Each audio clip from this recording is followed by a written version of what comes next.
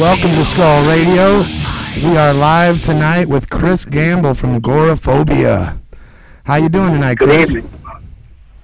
Doing all right, man. Moving right along, just like I always have. Yeah, I've got your demo from the '90s. So. Oh boy. Yeah, that's pretty awesome to be finally talking to you. I used to be a big fan back in the day, and I love the new CD coming out too, man. It's awesome. I'm glad that you're still a fan. I appreciate that. Well, it's one of the number one reasons why any band would still do music. You have fans, and that's something I appreciate. Really do. So thank you very much. I'm glad you're liking it. Yeah, we've had a lot of good response and a lot of people excited that I was going to get to talk to you tonight. So I guess you got some tour plans coming up for the CD? Well, so far, the only show that we have planned as of right now is playing a fest out in Los Angeles on August the 27th with Autopsy and a few other bands. That's about all the touring we know right now. Well, yeah, we're going to play a show with Primeval in, I believe, in New York in October. And I forget the actual date of that. And so far, that's about all we got lined up. I'm sure there'll probably be other things as they come in. I mean, yeah, we look forward to seeing you in the Midwest or Chicago if you ever make it out this way. That one in California is what, the Gathering of Bastille Legion 5? That's the name of it. Thank you. That's the name of it. I hear so many fests with so many titles, man. I get a little bit mixed up. You know what I'm saying? There's a lot of people doing fests anymore. Were you into the tape trading and stuff back in the 90s? Oh, absolutely. I really was, and that's one of the things I am is nostalgic. I like to keep my tapes, and I still have them. Not every single one of them is playable, but I just do not have any desire to throw them out. So they fit collecting. So yeah, I transferred a lot of mine over to the digital. Yeah, I transferred all my cassettes over to digital because I loved them. Yeah, I do. And fortunate thing that people, well, I'm not 100% against bootlegging. I probably get thumbs up and down for that. But look, the kind of music that we do, it's for a particular crowd. It takes it's a certain kind of interest.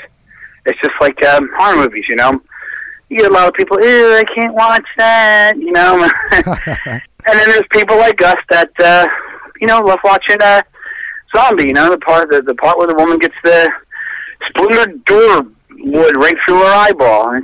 It's a preference. It's a preference, like food, music, movies, whatever. It's our crowd is a spread out one. I always thought, but those were fun days. Tape trading days. There was a lot more.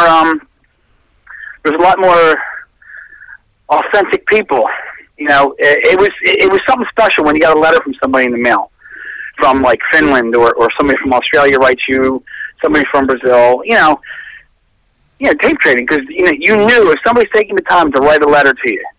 Yeah, I loved all the black and white fanzines and stuff. That was cool back in the day. Yeah, it was.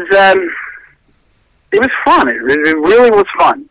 Now that's a kind of a taboo word to say to people, and maybe it's fun. Yes, it was fun. It was it was a good time, and I wish that there was more paper fanzines around, because I like things I like tangible things. Internet, it's kind of cold, kind of impersonal, There's something to be said when somebody has something in print. It's just, for me, it's more real. It's like, somebody took the time to really do this. Yeah, my mailman used to freak out because I was in a band back in the day, and we're back together now. You probably never heard of Vacant Grave, but no, I heard of Vacant Grave. That was your band? Yeah, we're still back. We're back together again. Yeah, I'm the singer, guitar player. So, yeah, that's cool. You were on Satan's Revenge. Yeah, we were on Satan's Revenge with Morbid Angel and stuff. Yeah. And Necrovore. Yeah. See, now, for me, Necrovore was one of the chapters in my extreme metal Bible. Awesome. They were. Necrovore really was. It was Necrovore, Incubus, Mike Browning's Incubus. You know, God Died on His Knees and all that stuff. Oh yeah. And Pentagram from Chile. Those were big. And Sam Hain, before they changed their name to Death Exalt, you remember when they were on the thrash metal attack compilations, New Renaissance? Oh yeah, New Renaissance Records. Right. I used to love collecting it. I used to just get the records on there just because I knew it was an underground heavy metal label.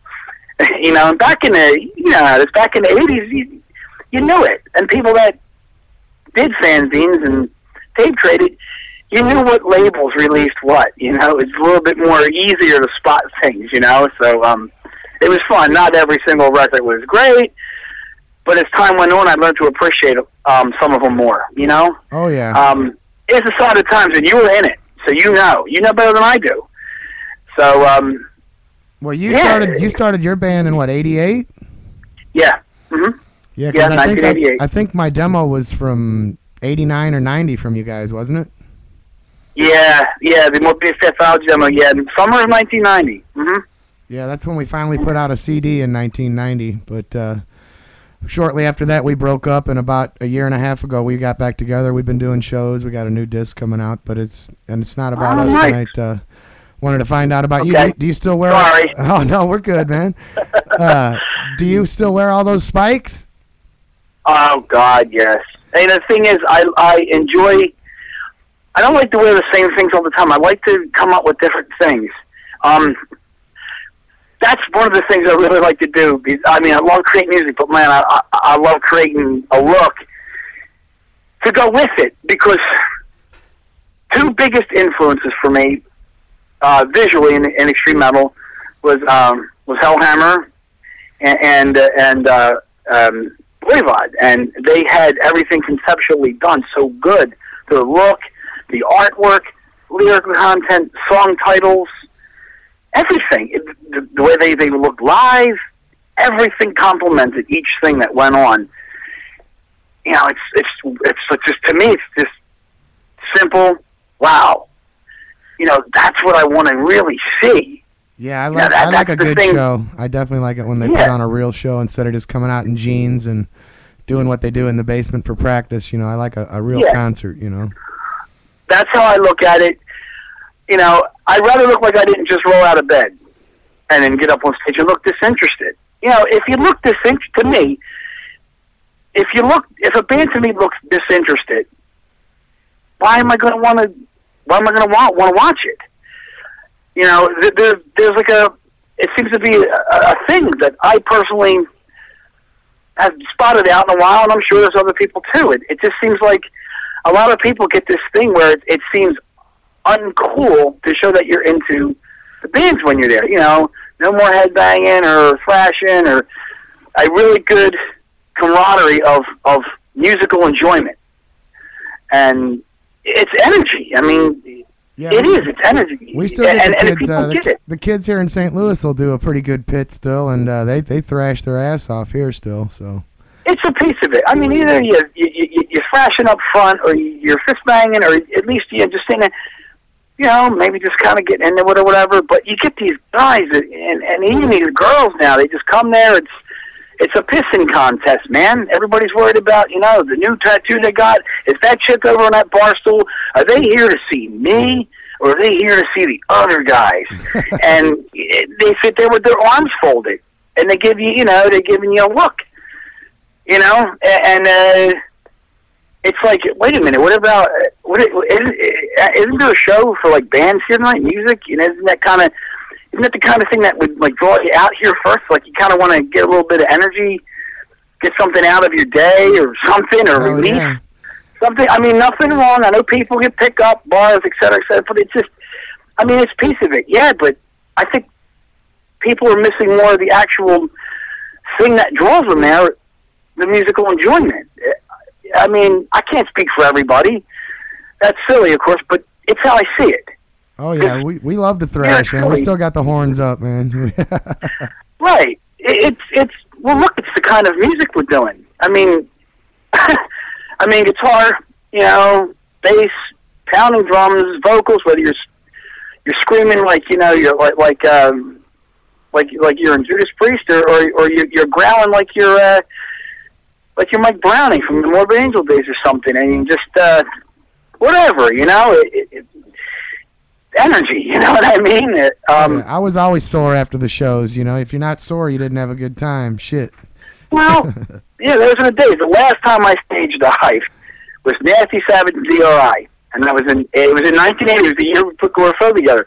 Nasty Savage DRI played. Nasty Savage did that point of penetrating point, or what's the name of that album? Remember that real weird album they did after Abstract Reality? They did the Penetrating Point or something like that. It might have been the name of the album. Anyway, sitting down for that, man, got up front, Nasty Ronnie's by throwing people off, you know, doing the body slam things. Big guy, wrestler. It's part of his character. You know, it's what he does. Got up there, and I got thrown off the stage by him. I was so happy to be thrown off the stage by Nasty Ronnie. It was fucking awesome, you know. But I missed everybody's hands going over, hit steps, and fuck, lights out. I would lights out, man, and I was like, Jesus Christ, man. I was like, you know, that pain stuck with me for a little bit, and that's the year I started working in a factory. So I was like, you know, it kind of sucks to try to go into work and, you know, pick up this heavy crap and go lift it over here when the side of your body's, it feels like, you know, you were smashed. You know what I mean? Hell yeah, broken. It just changed a little bit. Yeah, but it didn't change my enthusiasm because for me the tape trading days, it's I still have the same attitude that I must be a fan first. I must. If I'm not a fan of the music, I'm not gonna play good music. That's how I see things for myself. You know, I want to get that thrill and that energy. You know, it's like every time I see Motorhead, you know, I look at it and I'm like, bam, there it is. I get it. I mean, look at that. 3 guys, and it sounds like there's 10 men up there, you know, just smashing cannons up there and everything else. Oh, yeah. You know, it's I mean, and it's authentic, you know. Hell yeah, we just had Motorhead come through St. Louis not too long ago, and it was awesome. Yeah, I love it. I mean, there's plenty of bands out there too. I'm just pitching them because I'm a very huge fan of them, and that's where I get a lot of my energy, and I get a lot of my, you know, I'm more of a Lemmy, Kronos, Bon Scott kind of guy than I am anything else. And when I play and when I write music, I think of that kind of energy as a piece. I use it in light of what I learned with everything else. But man, wow, you know, it's I just think it's as equally important to have the visual. So the leather, the spikes, chains, bullets, occult symbols, whatever. Yeah, we always had bombs and shit at our show. You guys ever do bombs? Not yet. No, not yet. I like to come up with things. I like to try to do things with my own hands and make it something that you can't buy on eBay, or you can't hire somebody from someplace to make it for you. Make it yourself. Make it your own way with your own thought, your own idea, how you see yourself in it, and go with it. I like doing things like that because that way I know it's me. It reflects my personality. It reflects what I'm doing. It reflects what I'm trying to transpire to everybody. You know, so it's me. It's more charismatic and personally identifiable, and it will go with the music and the things that are going on. And in those days, I mean, most of the bands were leather and spike bands.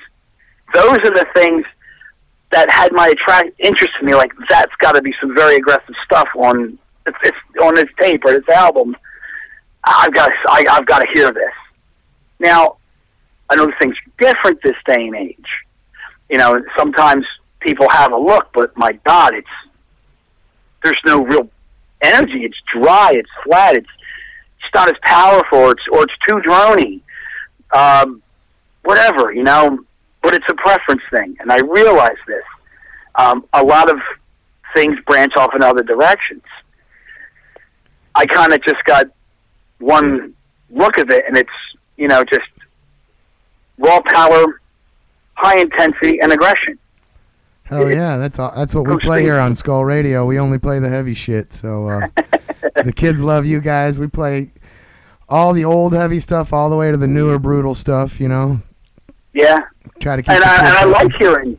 Yeah, you do, and I do like hearing new things from other bands. I really do.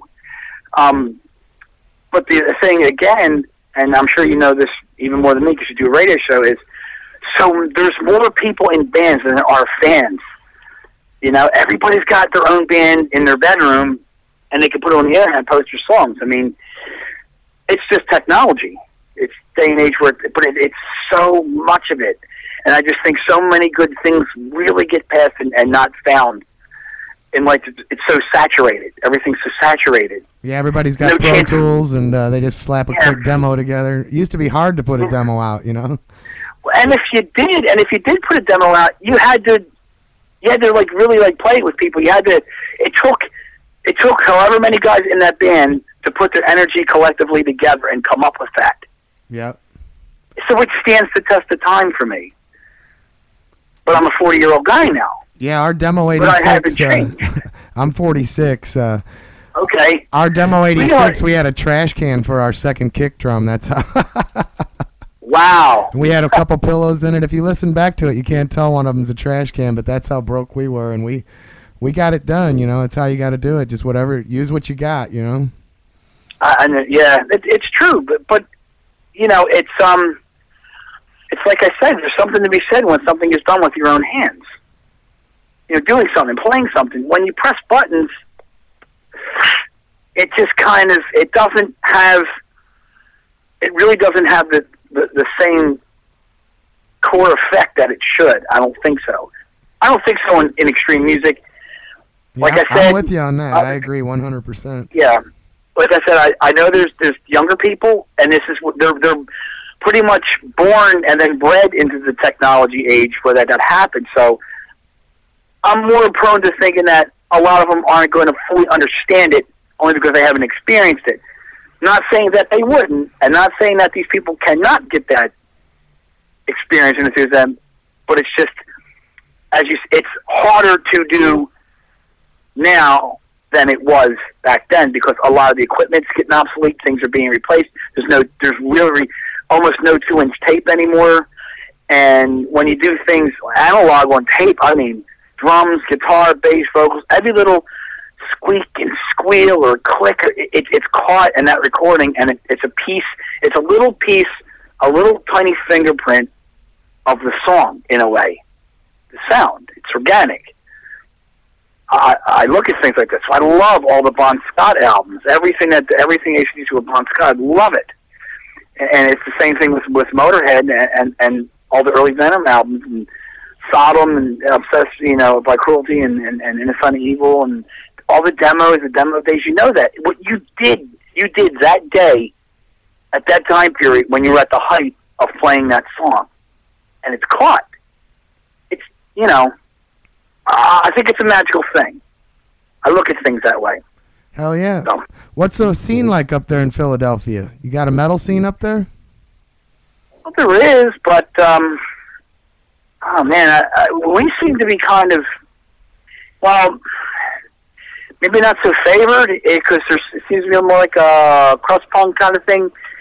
More up here, it seems a little bit more like that. I mean, there are metal people, of course, and I'm seeing actually a lot more people that a lot more of the old school people, old heads, I should say, old school. Everybody with the old school. I got to stop saying it, but more older heads out there that you know, if Doro Pesh comes by, they're going to see Doro. You know what I'm saying? You know, if DRI comes by, oh my God, and then you see people from old crowd come out. Yeah, I'm interviewing Doro Pesh next week, actually. Okay, very nice. Put on a good live show up here. Saw her 2 summers ago. Saw her up here, and it was a good show. You know, I'm waiting for Crocus and Girl School to come around. Which, by the way, I mean, I don't know. I mean, people, Crocus, what the new Crocus album, if you are a Crocus fan from like Metal Rendezvous and Hardware, the new album sounds just like it. Kick ass. And I love it. I love that stuff. So. But Motorhead's always good, too. Speaking of the old fanzines, you guys are in the new magazine, Revolver, aren't you? Just did a recent interview, so it's supposed to come out when the new one comes out. So yes, I hope so. Yeah, I got a subscription to that. It's one of the few metal ones left that are that try to at least keep it heavy, you know. Yeah, I do, man. I really do.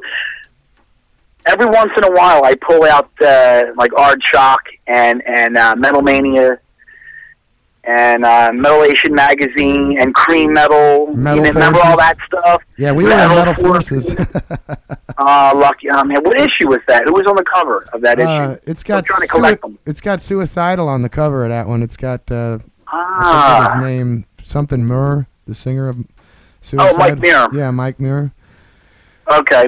Yeah, I can look up the number and put it on your wall or something. But yeah, I think I've got like 10 copies of it because when we were in it, I had to go get them all. You know.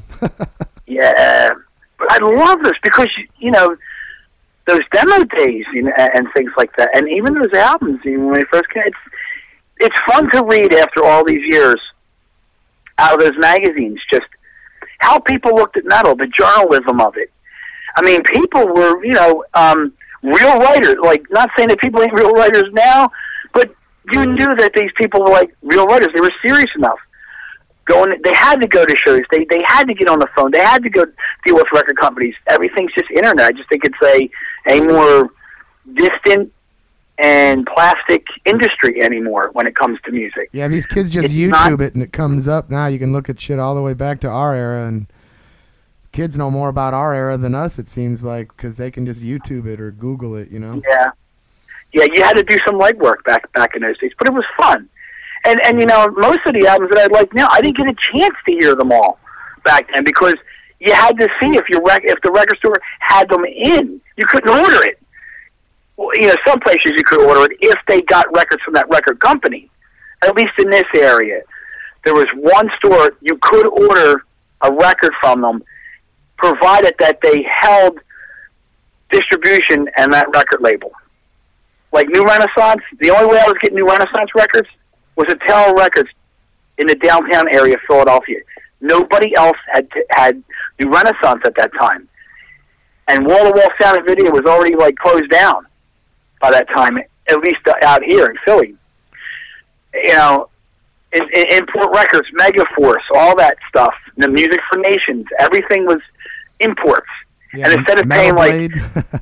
yeah, right. You know what I mean? It's like I can remember seeing the selection on wall sound and video. You'll see letters, and there'll be a letter stamped on the cassette or album, letting you know what the price range was, and all the records that I wanted. The Bathory's debut album, and Venom's From Hell to the Unknown, and Voivod, Warm Pain, all that stuff had either an I or a J on it, import. Or I forget what the J one was, but the I was the import one, and you always paid like $3 extra for it and everything else, and you know what I mean? It was like, you know, you had to hope that they had them there, but they did. You couldn't really pick them up. Like, you just order now. You got eBay. Everybody gets things on eBay, which is really nice and convenient. And I think the technology helps keep the music alive, which is good. And newer people can get access to the songs, which is good. But I think the business end, at least in this country, is fucking horrible. Oh, sorry, my mouth. Oh, no, you can say fuck horrible on this radio. We say fuck all the time. I try to watch my mouth just because, you know. Anyway, it's horrible, I think.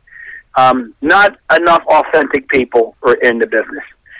I've seen how certain record labels were run when here in Philly. I mean, just Nuclear Blast Records alone, when they were running here in Philly, some of the people, they were just getting an internship. They were in school, and they were working, doing like their catalog magazine and their website stuff, and, well, you know, because they were trying to get extra credit for a career job in some other field. So they didn't care what they wrote about. When the Destruction album, All Hell Breaks Loose, came out, they didn't care what they were writing about. They were making fun of it. I was there, I was listening to these people making fun of it, throwing it around.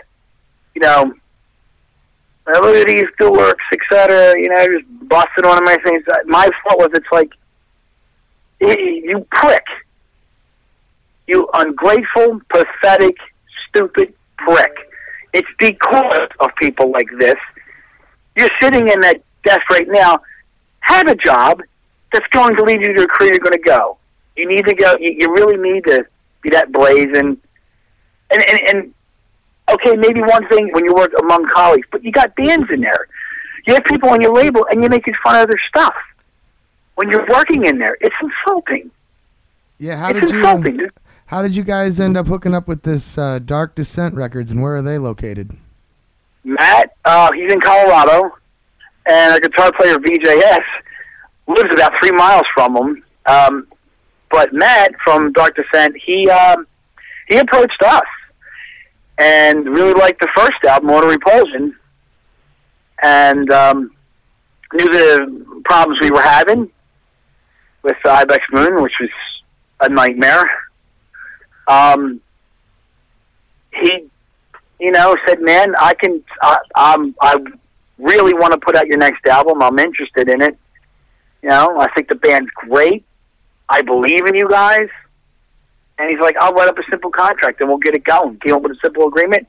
The man got it done in no time.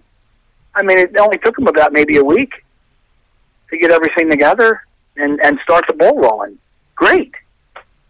How can we say no to somebody that's willing? Hey, man, I believe in you guys. Here's this much money. You guys got distribution on that, so it'll be in the stores and everything? Earsplit's going to be working with us as they are right now, actually, because Liz is part of the reason why I'm calling you tonight. She set these things up, but distribution is going to be fine as far as I understand. I don't know every single angle that Matt's doing, but apparently people are getting it. People are hearing it. I have nothing to complain, I don't have nothing to complain about. I realize this music, it's an underground music. I mean, if we were going to make money doing this, I think we all missed that boat a long time ago. It's more about doing in your heart what you want to do. It would be nice to make a living on it. Of course it would be. But in this kind of music, it's a select thing. It's at least the Animal way got the movie. In this country. Yeah, Animal got the movie. Well, I mean, good for them. They got something. Yeah. And then what's funny too? Look who extended a hand. Do you know who extended a hand to them too when they found out the problems they were having? Did you see this on what was it, that metal show? Angus Young from AC/DC contacted them and said, "I want to help you guys out. What can I do to help?" Coming from AC/DC, Yeah. I mean, that's okay. I think that's great. What a great attitude. Well, it's a great attitude. And Lemmy's movie, what I just saw, I don't know if you get to see it yet. Not the cut version on VH1. They cut that to hell. You got to see the uncut one. I saw it. It's great. You get to see Lemmy riding in the tank and shooting it off, and it's great. You know what I mean? I don't think they interviewed. They should have interviewed Girl School, because there was a heavy involvement with Girl School and Motorhead, and I'm sure you know that. You're at the age, you know that. I mean, Lemmy did nothing, but he supported them. He loved them. He thought they were great. I think they're great. Forget the fact that they're women. The music's good. Man, they get some quality, real, just hard, heavy driving, just thundering rock and roll, man. It's girls, but it sounds great. It's not about that, they're not flamboyant enough. It's really cool, but I can't get off the subject too much. But yeah, on that metal show, the Anvil got an extended hand from that. It took years, but there you go. I mean, but yeah, listen to that movie, what they had to go through, that's horrible. It's a shame. And as you know, it happened to a lot of the new wave of British heavy metal bands. It's like they were great. They were really putting out all these good albums. Then they got to America, and it seemed like the American business cocksuckers that are running the labels, they think it's the 1950s. They want radio-friendly songs. It's heavy metal. What do you expect? What are you trying to do? The Beach Boys? It's heavy metal music. It is a select crowd, select person for a select audience. It doesn't mean that it can't expand, but there is realistically an audience for it, and it's spit spotted. And then they got commercialized. You know, everybody tried to be Motley Crue, or they tried to be Poison, or what other junk ones were out there, Vixen, and I don't know, maybe not Vixen, they were real gross, yeah, who cares about them, but they were trying to be glam, and it ruined their careers. I mean, do you remember when Raven did that, the Pack is Back album, and they had, like, horns in it, and they were wearing blush. Yeah, I mean, not like, I wasn't not even like the by Twisted then. Sister. Yeah, I mean, I wasn't in them by then either. Yeah, by the time Wacko was out, well, he went left the band later, but after Live at the Inferno, they they tanked. You know, a lot of this, it's weird. It's like this country's had some kind of plague. Just commercialization. Everybody's got to accept it. It's got to be involved in everything. The honest thing of it is, no, not everybody's going to like everything. That's just how people are. It doesn't mean it's better or worse. It just means that, it's not my thing. Yeah, well, as the internet, there's a couple other internet stations like us around, I'm sure, playing the heavy stuff, and a lot of these kids can get it on their iPhone all day now, and in their car if they got Bluetooth, so they can listen. We had 44,000 listeners last month, so the metal shit's picking up, and the kids are. I mean, we only play. I don't know if our other station is Metal Assault Radio, and you can get that on the iPhone, and that's Doug Burgess up there in Pennsylvania. So okay. And he's my manager up there. We bought the station from him, and we kept it exactly the same as he had it. And the kids love the sick stuff. Oh yeah, yeah. So, what are some of the favorite tracks on the new CD you got out? I feel for them all. I mean, otherwise, I kind of wouldn't want to put them on the album. I don't know if that's being a bad answer or not, but I really, Rustworms really stood out the most for me, which is a song that BJS wrote. And it was one of the things about this album that's coming out. There's 4 songwriters now in the band. It's not since the beginning, it was pretty much Alex wrote all the music, I wrote all the lyrics. And that's how it was for a long time. Even when we did the Reformation, Alex and I, in 2004, when we started jamming again, Alex's mind and the core of his heart and soul playing music never changed. Mine hasn't either, and I was doing a lot of other stuff after Goreaphobia. I went into doing my own Black Thrash band, Bloodstorm, and I was working with Absu as a session member from 1995 to 97. So I'm still active, doing things, and we, as you would know, after time, comes experience, and it comes a bit of, you get a little bit more sharper, more focused. You've been through the worst, and here you still are, the same kind of guy at heart, doing what you love to do. You're past all the bad people, the toxic relationships, the bad business, the chaos going around. I'm not a partier, but like the party mentality mode that goes around and things like that. And, everything's hot and on the moment. When we started and everything, and how it was up here, we had the wrong people involved with us in the band, wrong members that were, pretty much just demons of themselves, and it didn't work out. It ruined things, and we didn't have anybody to help us out business wise. So it was a demo band, Isn't Alex in Incantation too, or? Yeah, he does Incantation too. Yes. That's awesome. Yeah. So he's still in that band. They're still jamming and everything too. As far as I know, yeah. Yeah. Cool. Yeah, I always dug their stuff too. Yeah, it's we used to play a lot of shows with them in the early days of Goreaphobia. It used to always be Immolation, Mortician, Incantation, Goreaphobia. Majority of the time in this area, that was majority of the shows. More often, of course, there was other shows, but with us, we were mostly playing with them guys a lot. A lot of times we played with Profanatica a lot too.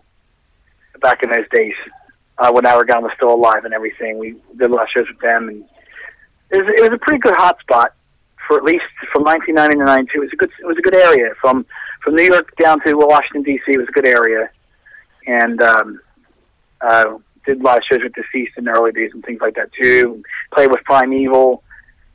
Nuclear Death came out here and stayed with us. Hellwitch came up from Florida and stayed with me, and Fatal from Michigan came out here. We bought them out. Alex and I,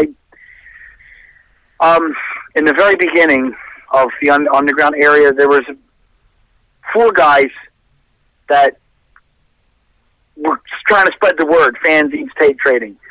Was this guy Chris Olsen, this guy Greg Pitluski, myself, and Alex in our crowd, in our predominant area of the neighborhood, and we were responsible for getting these bands to come out and play here, underground bands. Was when these Tommy little clubs opened, Was Tommy in Hellwitch when they came up there? Oh, Tommy Christ. Tommy, I don't know what he used a different last name. Tommy Hellwitch. Christ. Yeah, his last name's Buckley, but yeah, he was in Vacant Grave for a while, and then he went down to Florida. I love Tommy. Tommy, yep, he stayed here. Yeah, they stayed at my house for 3 days, like a weekend.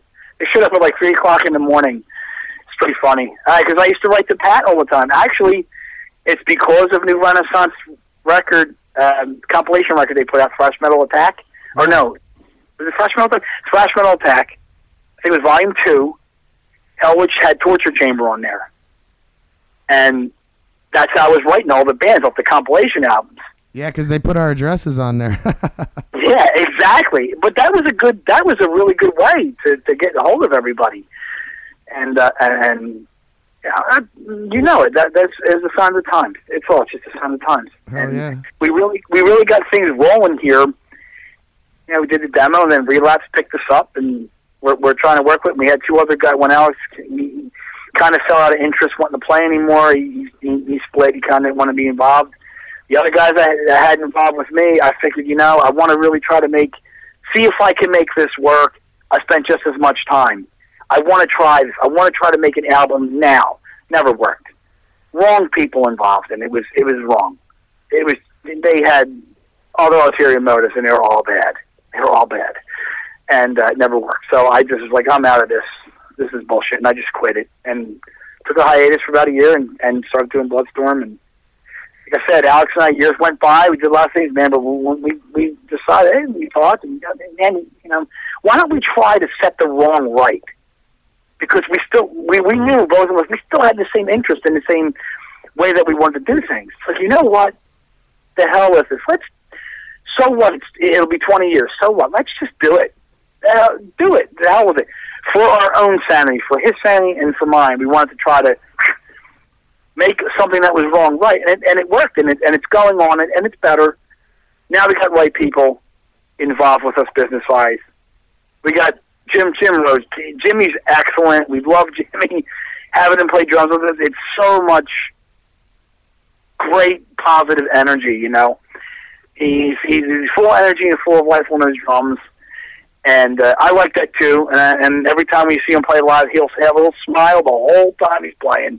He just has this. He has a devil grin. When he's back there playing, he's just like, yeah. He's just like, rock and roll, man. And he just goes. And we feed off it. It's great. It's great energy. We feed off each other. And, just like it's something I say a lot. When I saw Venom. When I saw them do Witching Hour, the video, when I saw Witching Hour video, I was like, that's me, man. That's what I would love to play like that. That's great. I mean, look at that. That energy. The hair stand up on my forearm. The eyes get glued to the set. Bam. I'll never forget that song. Hell yeah. It's things like that. It's power and energy. Power, energy, raw, guttural attitude, just bam, pound it up, bam, go for it. The hell with it. And you keep going. Yeah, I love that new CD you guys got. Liz sent us something to play on the radio from you guys. So what's wrong with it? Oh, she sent us the whole thing so we could put it on. We'll get you guys in heavy rotation on the station here. So that's great. What is another song for all the new kids listening? Oh, sorry to cut you off, man. That's okay. For all the kids that are like new fans and for the old fans and everything, what does apocalyptic necromancy actually mean to you, and why did you come up with that? Oh boy, okay. You're opening up a big can of worms. Good worms, that is. You're going to catch some big fish with this one, I guess. Well, apocalyptic necromancy. Okay. Well, coming up with it, it's an occult process based on my theory, practice, and belief of what I call the 9 stages of core necromancy, which is something that didn't come from any book, teaching, or articles. It came from my own emotion and mental energy working on occult operations through abstinence from everyone else's influence around me. The title sums up all the songs, and the best well-rounded title for the concept musically. It's aggressive, raw, pure, and to the point. So I had to come up, that's the title that hit me the most out of all the songs. Sums it up conceptually best. Yeah. Awesome. The lyrical content of it, I do everything. As I said, it's real conceptual, based on occult, on occult workings and operations. Just as I previously stated, but a little bit more detail.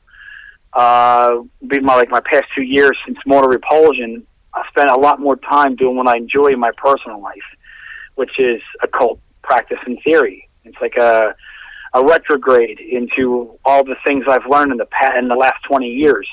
Rethinking everything from aggressive, pure, dark, emotional energy. This is how I see the world, the people in it, and the violent interaction and discontent within the human race. Spending those 2 years going back to the process of sigil magic, talismanic magic, magic squares, elemental divination, clisthodic practices, Svadona Gnostics, which is like an Atlantean current based in the tropics. Basically any known ancient culture's practice in communing with the dead, and the lasting effect that it seemed to always have on the human psyche. Which would be like the animal totems and shape-shifting, astral projection, consumption of blood and human flesh, through all these cultures, the effect that it has, and the result of trying to get through.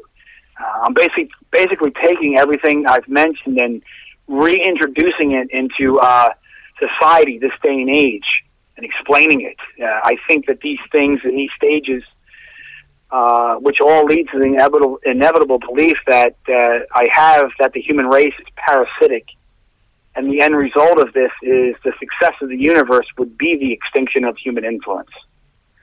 The rest is for other people to decide what they'll get out of the lyrics, because I think that's would be an interesting part for people to just be able to paint something visual out of it. And the greatest part that I've learned about magical practices and theories and teachings and the focus, the purpose, and the energy that it presents is that it can always let an individual reinvent themselves through the eyes of others living and dead. So that's wicked, dude.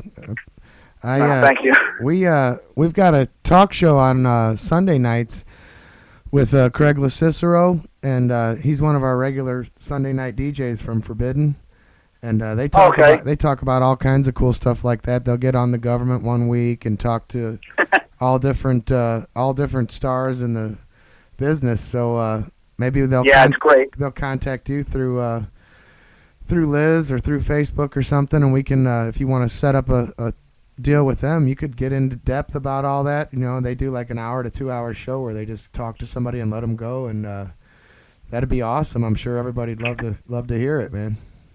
Yeah, I'm kind of careful with that, and I appreciate it. I really appreciate that you see me as somebody like that. I do appreciate that, and it does mean a lot to me. People are sharks in a sense that most people, if they don't understand something, they're more prone to get an ignorance towards it, mock it or talk it down, trash it, do whatever. It's never meant to. I don't think anything that I would say or do would never meant to be offend anybody. It's only simply just like reading a book. You or if you study something and if you are trying to learn something, everybody's different, okay? And everybody's going to find an answer in a different way and come up with a different theory and a different way of looking at things. But that's an interesting thing. As people, we have to kind of let go of being afraid to say, I don't understand that. I don't understand something. Look, the truth is, not everybody's going to know everything. The way I see, I don't care who you are. Not everybody's going to know everything.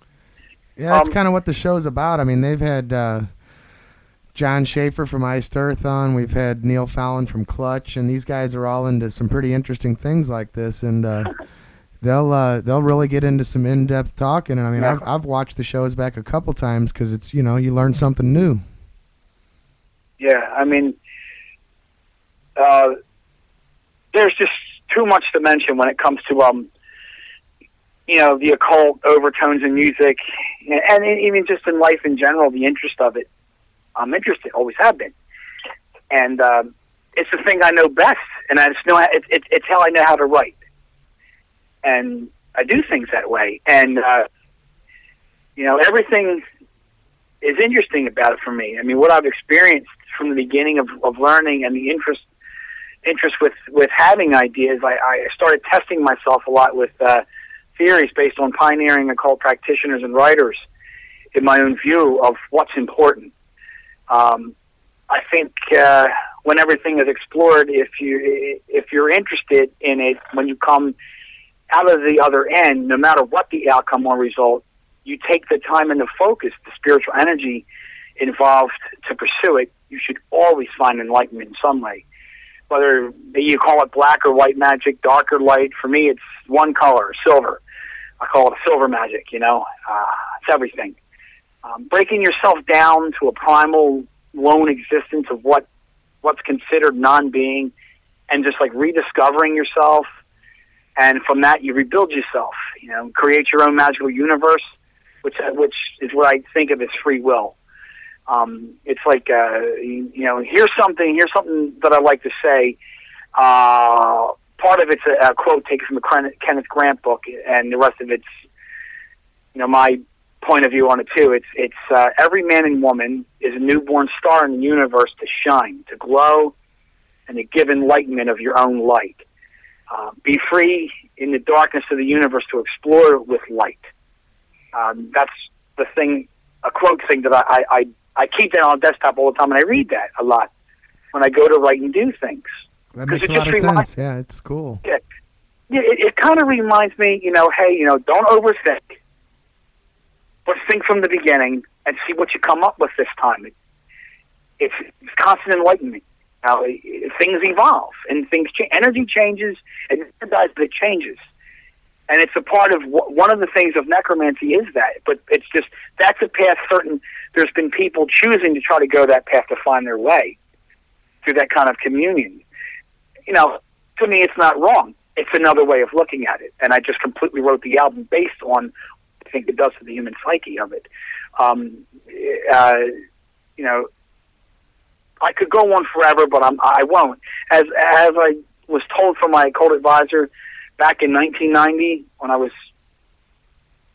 going to seminars with him and stuff, is he said, one of the best arts of the occult is to explore everything with no rules, and that's true. Under no one's total influence, discovering everything by your own free will, copy everything, rethink it, relearn.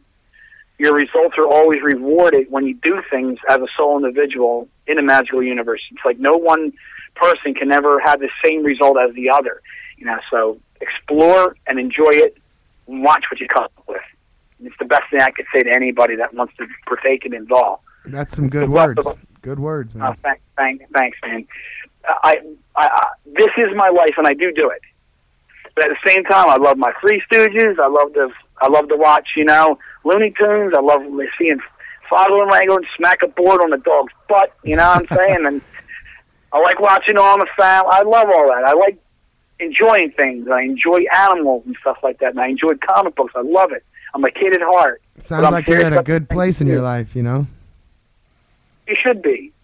You know, and I wasn't, you know, I'm not perfect or nothing, but I took my lumps, man. I took enough lumps in my life to know, you know what, man, just, I'm rolling with me, and I'm cutting loose all the things that were just toxic. People and things that just held me up from what my heart's desire was.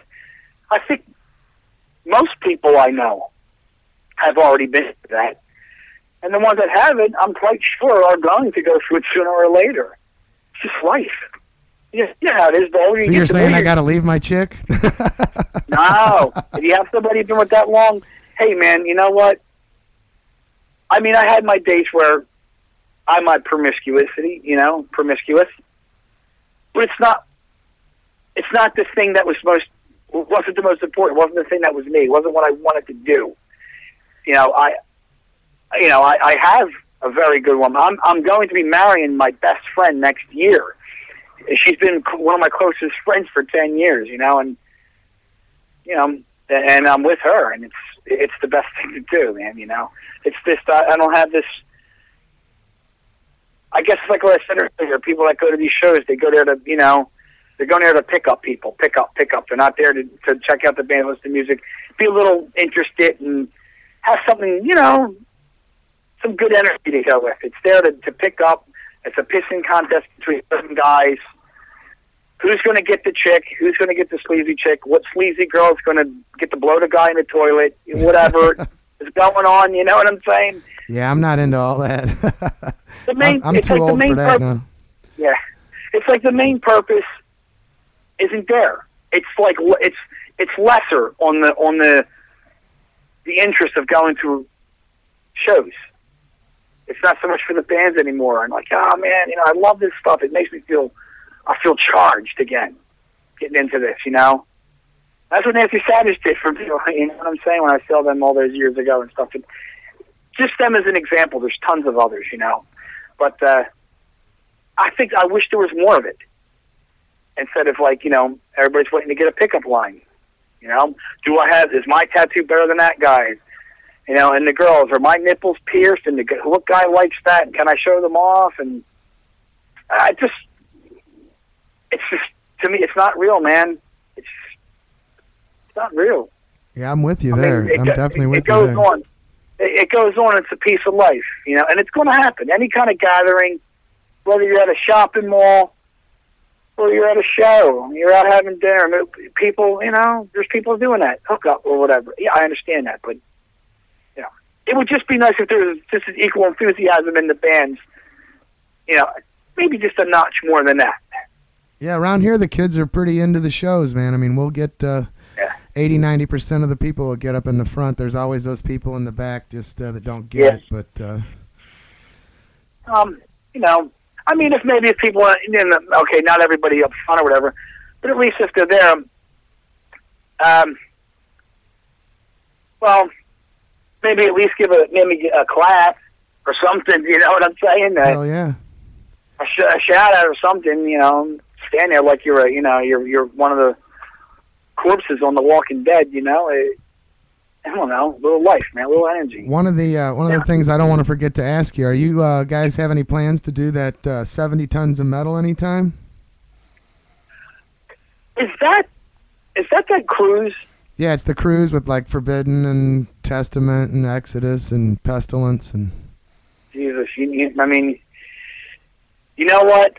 I get motion still easy. Unfortunately, I have vertigo problems, really bad. I'd get on that ship and is the ship rocking a bit, and I'd probably just vomit. I'd vomit. People think it's cool.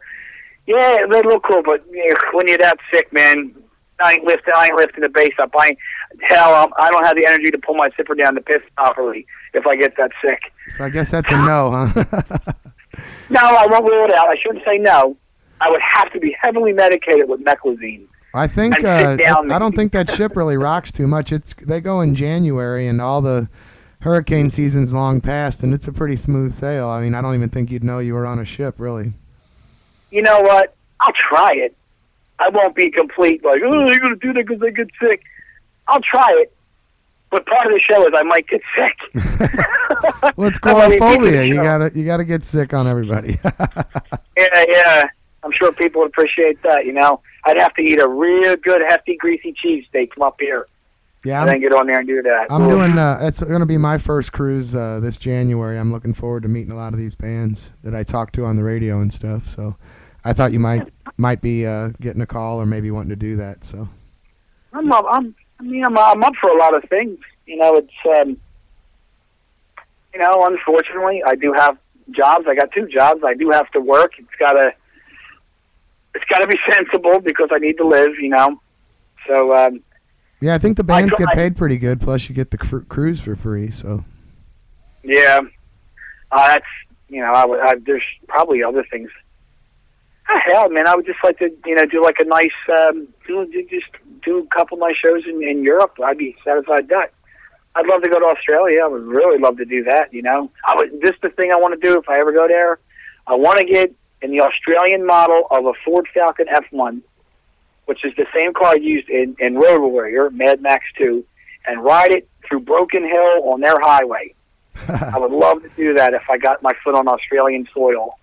Yeah, Craig's down in Australia right now, so he had to miss this Sunday's show, but he'll be back in, I think, like 8 days. I would need some elephant tranquilizers for that plane flight, but that's fine. Well, man, I really appreciate you coming on Skull Radio, and I hope you'll definitely come back sometime. We're going to be hitting your new CD hard to these kids and turning everybody on to your music. So, oh, great. Tournament of Vulture is another good track. I really enjoy playing live, and The Attractor is a good one to play live, and City of Rotten Decay. Those are the songs that we kind of played live so far. And I'll make sure we response. I'll make sure we play those tracks a bunch on here, and I'll keep in contact you through Liz, and we're definitely looking forward to promoting any shows you got coming this way, or even Chicago. We've got listeners all over the country, so anywhere you're going, let the people know. Whatever you decide to play would be appreciated. Whatever you decide to play. Oh well, we put you in a file and heavy rotation, and it'll play. I think like every 17 songs, kids will be hearing some more Goreaphobia. So it's appreciated. Thanks, and to everybody out there. Just thanks a lot for taking the time and listening to me. Thank you. And oh man, I think a lot of kids are going to dig hearing this interview because you really know what you're talking about and you're fun to listen to, man. And I hope. I'm just me, man. This is what I am. This is what I do, and well, I just hope people can enjoy it, or at least maybe laugh at me. I don't know, whatever. Shit, the hour flew right by, man. That was totally cool of you to stick in for the whole hour too. No problem. You let me go, I could probably talk till the sun comes up, but my phone won't last, and neither will I. So. Can we get a station ID from you before we go? Yeah, you know what? School me on this one so I don't mess it up. Just your name and your band, and you're listening to Skull Records Radio. Listening to Skull Records Radio? Yep, or Skull Radio, whatever you want. We go by both. All right. Okay, let me get myself prepared here. I'll give it a couple seconds pause. I'll do it here. Okay. All right. Okay, 3, 2, 1. Greetings, heavy metal maniac tyrants. This is Chris Gamble from Goreaphobia. And you're listening to Skull Records Radio. And thank you, Saskia Cultus. Wicked, dude. Thank you very much for your time tonight. I'm sure all the kids are going to dig